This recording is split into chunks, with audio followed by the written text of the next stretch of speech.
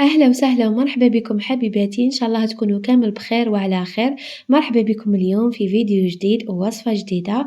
جبت لكم وصفة ليكيش تذوب ذوبا، تقول عليها قاطو، وواحد الحشو بنين بنين روعة، بعجينة سحرية تجي حلوة وتجي مالحة، وغير بزوج ملاعق مارغرين. والأهم العجينة مالحة ديروا بها ليكيش، والحلوة ديروا بها لي تارتولات. المهم خبوا هاد الوصفة رمضان أكيد راح تحتاجوها. وقبل ما نبدا الوصفة كما العادة ما تنساونيش بجام أو كومنتار الشباب كيما نتوما. نبداو في الوصفة على بركة الله. عندي 2 ملاعق مارغرين بدرجة حرارة المطبخ، ملعقة تكون مملوءة. وعندي تاني ربع كاس تاع الزيت،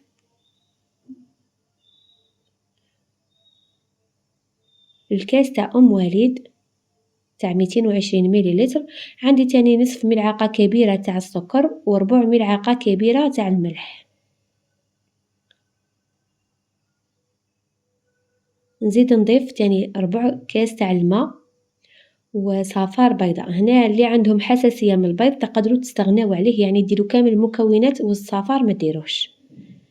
نخلط بالميكسر مليح بهذه الطريقة، ولا خلطوا عادي بالفوي حتى تتحصلوا على هاد القوام. الفرينة نضيف تدريجيا.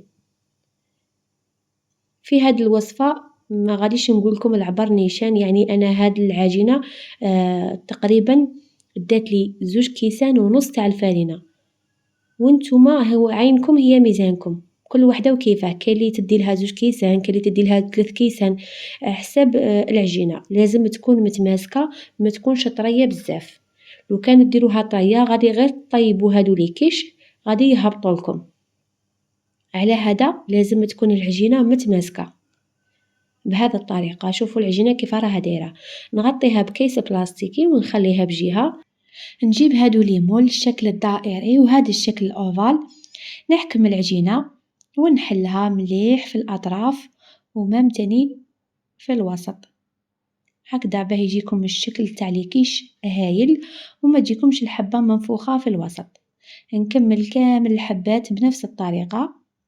وإذا بغيتوا هادو ليكيش حلوين، يعني العجينة حلوة، في الأول ضيفوا 2 ملاعق تاع سكر غلاس وضيفوا مبشور الليمون.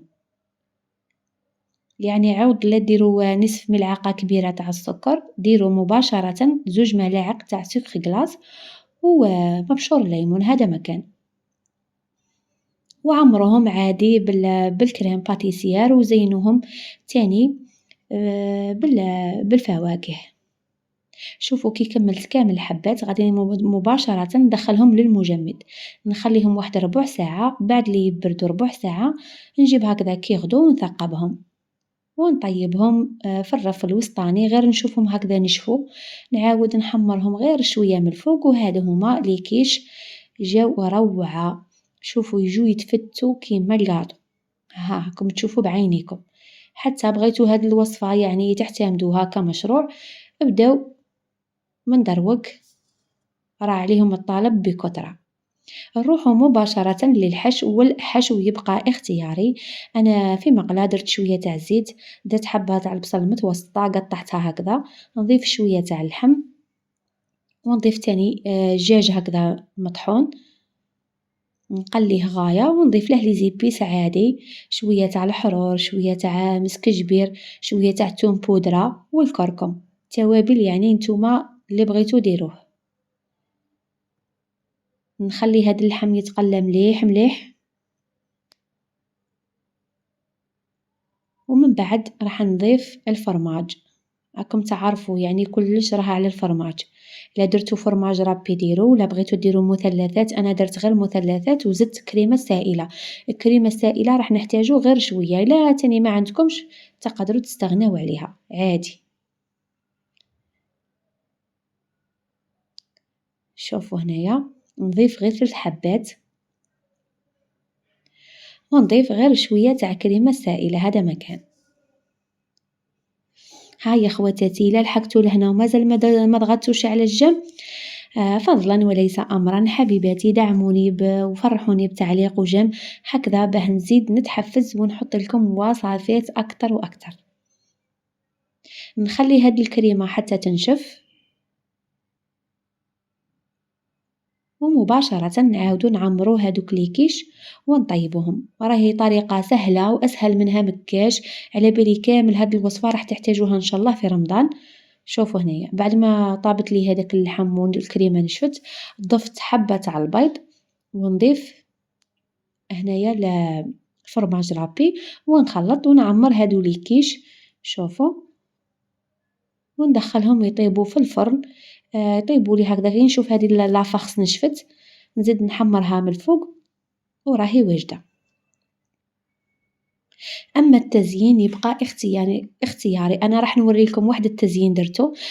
شوفوا هنايا الطماطم لازم تكون هكذا شادة روحها، نحيلها غير هاد القشرة من الفوق ونشكلها ورود.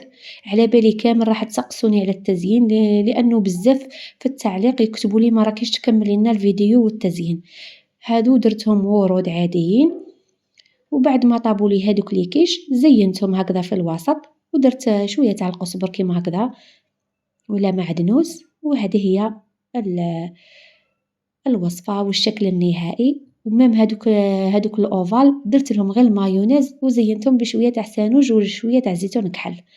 إلا عجبتكم الوصفة ما تنساوش تشتركوا في القناة وتفعلوا زر الجرس. وما عليا نقول لكم حبيباتي تهلاو في رواحكم وفي أمان الله، وفي وصفة جديدة إن شاء الله. تهلاو في رواحكم.